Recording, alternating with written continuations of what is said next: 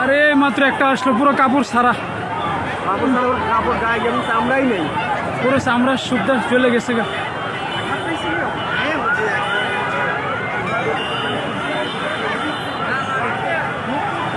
একজনকে নিয়ে গেছে কেবল রিক্সায় করে, পুরো গায়ে।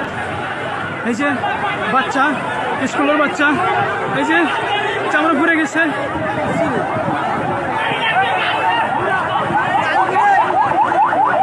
গাড়ি আসছে, অনেক মানুষের ক্ষতি হয়েছে, বাচ্চারা স্কুল থেকে যাইতে পারতেছে। আল্লাহ,